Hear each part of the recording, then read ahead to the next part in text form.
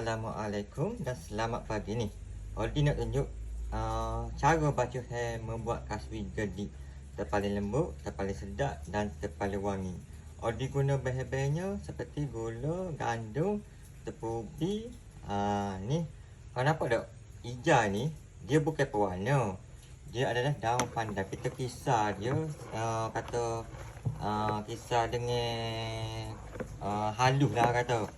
Dia tu jadi macam berapa sikit, so kita kena tapis lah orang kata. Tapis. Orang tengok dah. Sebab apa dia jadi hijau gini? Dia bukan hijau tegang. Kalau hijau tegang kita guna pewarna. Ni hijau hawa-hawa. Kata hijau tidak terlalu tegang. Sebab daun pandan original bila kita kisar dia akan jadi hijau yang tidak tegang. Itu kita guna original. Nampak? Bila dia kita kacau dia kasih sebati, then kita nampak dia warna dia bukan hijau tegang. Hijau daun pandan. Kalau kita guna pewarna dia hijau terlalu tegang. So korang tengok ni.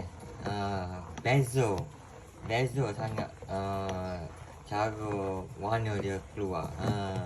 So siapa nak resepi boleh DM saya deh. Okey, selamat mencuba.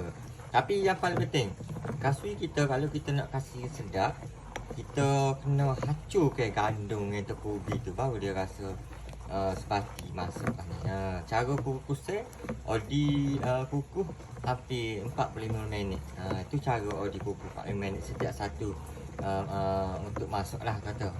Dia masuk lebih kurang dalam sekali masuk 50 butir 50 biji lah kata. Nampak warna dia.